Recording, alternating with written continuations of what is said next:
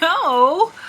Yes. Hey everyone, we are back with another Keeping It Real. K-I-R, period. And this is post Monobloc, y'all. It has been a long 3 months. And we just want to talk with you about just like our emotions of it all. Of the surgery, which you saw was a lot.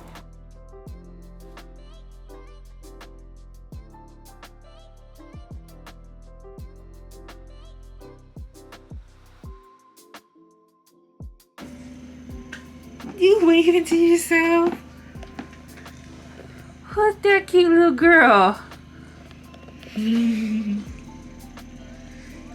Yeah.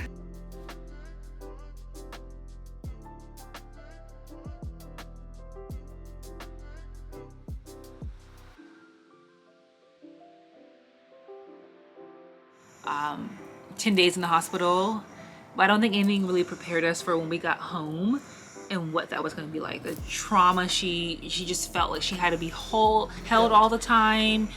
She needed like just our like comfort, like to feel us. And you could tell that she was wondering like, why did you take me to this place? And why did I wake up with this halo on my face? So it was a lot of transition and all of us adapting to the new life. Most of the stuff you can't prep for anyway. Most of her surgeries, like I think outside of the trach, just because we didn't know, there was some sense of like we had an idea how things were going to be, but also too, like I think one of the key components that wasn't really discussed or wasn't really touched upon is how much like nursing care we had like coming home. The first few years, her having surgery, we had a lot of nursing support, we had a lot of help. This one, not only, was it very traumatic for her, but it was really the first time, I think, after April, where a lot of this fell on us, which made it that much harder to navigate through and to be able to take care of her, take care of us, and still do everything we have to do. Yeah, no, definitely. And I feel like I was not prepared for how fast the transformation would happen. We had to turn the halo for 2.5 weeks, and definitely once the swelling started to go down around like week 3 or so, it was like, whoa, like we've already got so much space in her eyes. And like the eyes was the biggest thing that I felt like for her that we were trying to focus on, and it just felt like it happened overnight. It was like, wait. And then the bridge nose, like just all of her face transforming right in front of us was a lot for me to take in. There were moments where I was just like, I'm so happy the surgery's working. It's what she needed.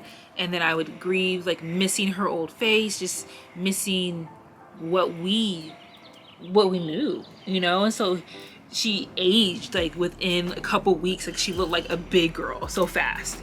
Yeah, it's just, I do find myself having a hard time with just in general of her journey, like taking a moment to really grasp everything, because it's almost like we're just so go, focus on that day, focus on doing the night shift, focus on doing the day shift, focus on not missing medicines, not missing feeds.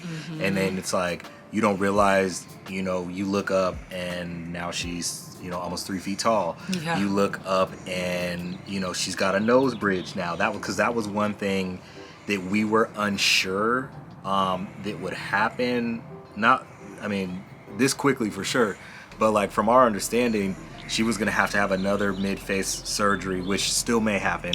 We don't know. It's way too early to tell. Between like 8 and 10, and that was the one where we thought we would start seeing more of the nose bridge and some of the features within here. But due to her having that sort of a cleft palate type thing in her upper jaw, that he was able to put more of the pins, as you guys saw, like between her nose. So she actually had 8 when typically kids have 4.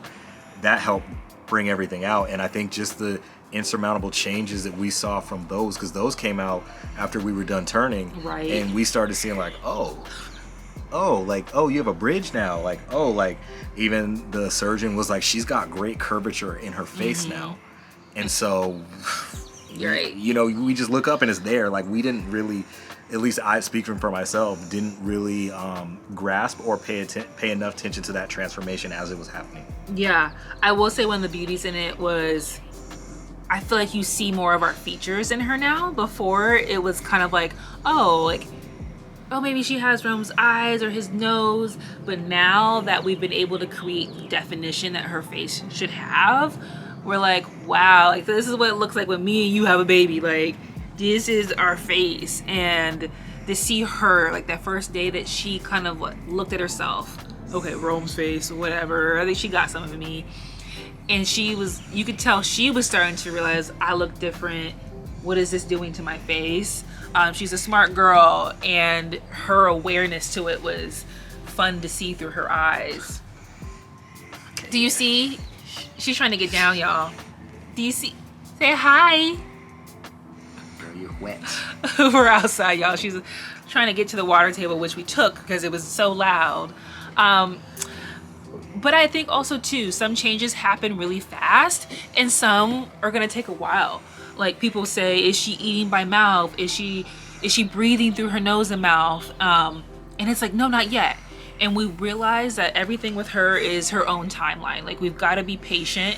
And we did see things digress when it came to her development while having the halo on. She couldn't go down the stairs. She couldn't sign that well. There was just so much stuff that it was just not allowing her to do. And now she's got to regain those skills plus more.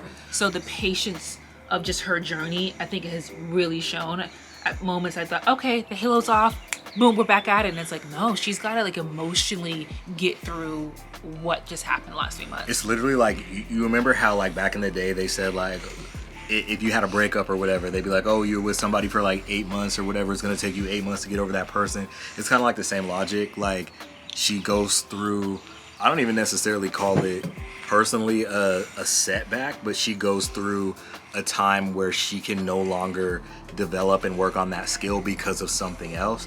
And it's going to take time not only to relearn it, but to get comfortable with that stuff again. Like she, one of the things that we have talked a lot about just as a family is since the halo's been off, like for one, when she was walking, she fell once with the halo. It startled her.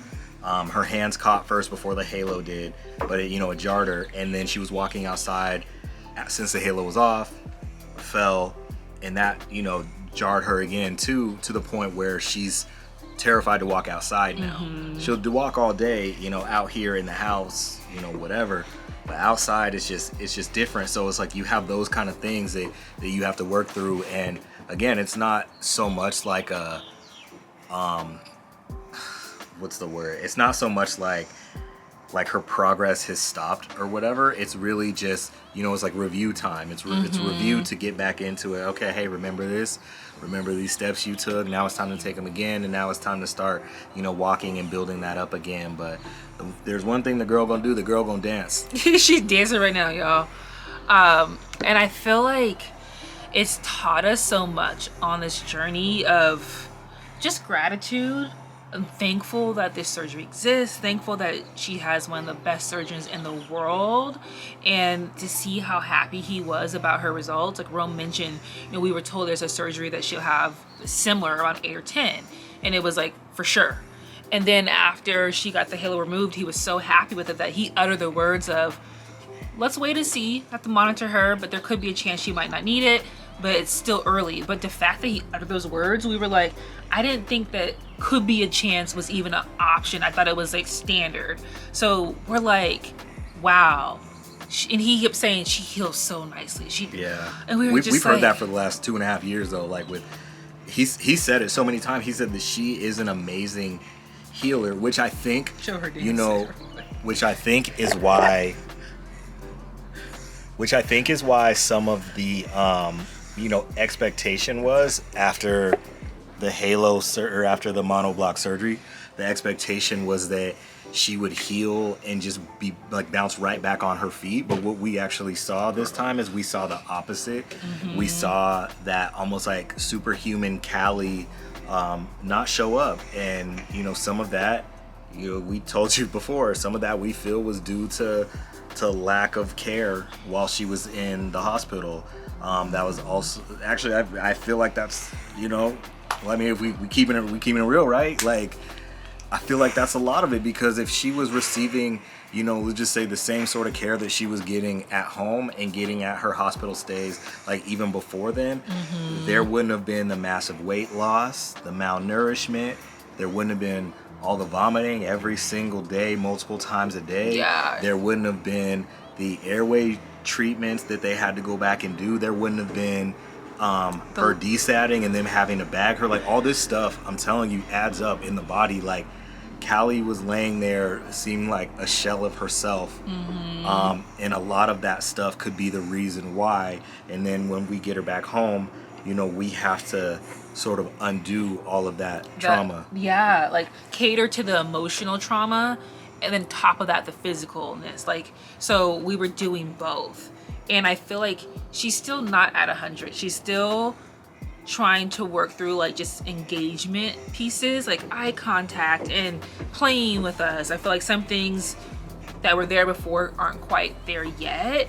But again, it will come with time. And what we've always been is parents that just shower her with love and support and all the resources and let her grow and develop at her own pace. And we got time. Like, we're not, this is not a race, especially, if Callie's, God willing, gonna have this long, amazing life.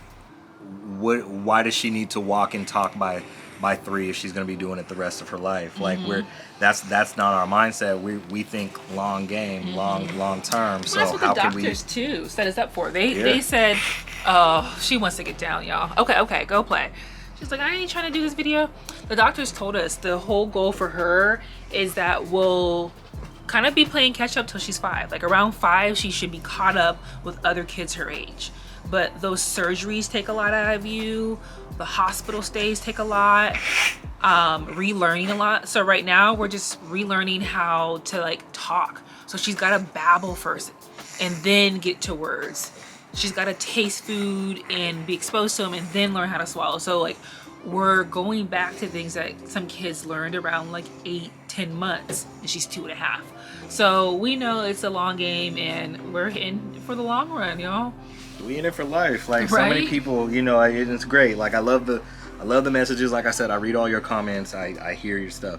And so many people are just like, oh my gosh, like, you guys just have walked with her through her journey and all that stuff like that.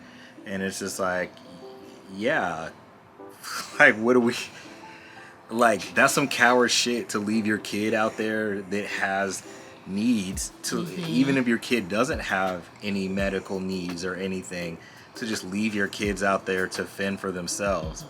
And we're not going to touch on that because that's a whole other thing that's brewing right now. But again, that's not us. Right. We are came together and decided that we wanted to be parents. And so we always knew what that entailed. And so we're walking doing it like we're talking it. And that's the important thing, is that, they say we never going to leave you. Nah, we here.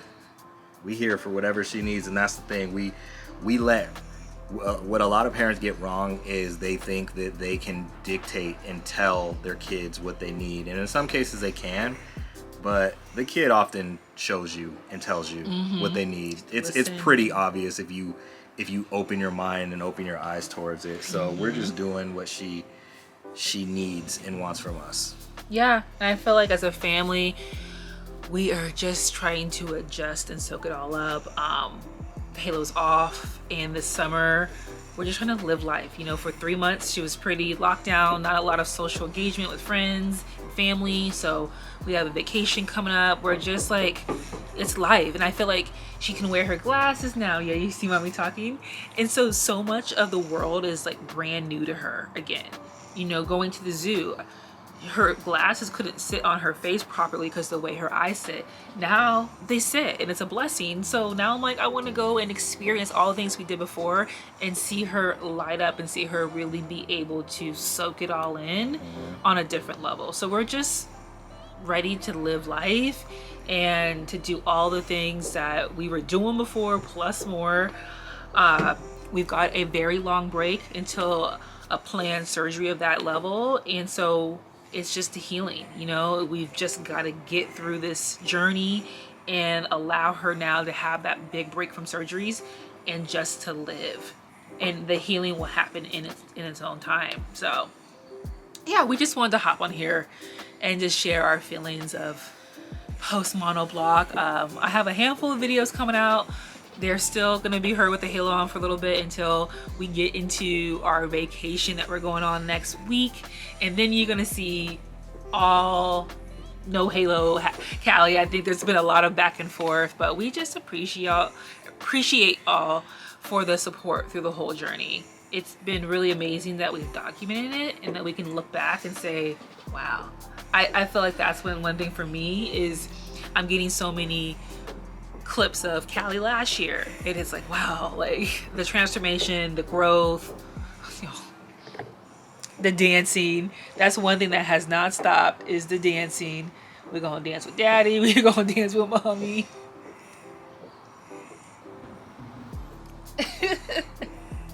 All right, y'all, but we'll be back with another Keeping It Real. We appreciate the love and support. Yeah. Drop a comment below, give us a heart, give us we support y'all. So I know you watched the entire video, got to the end, and let us know what has been the most eye-opening part of our experience so far for you. Yes, all of that, and we'll catch you later.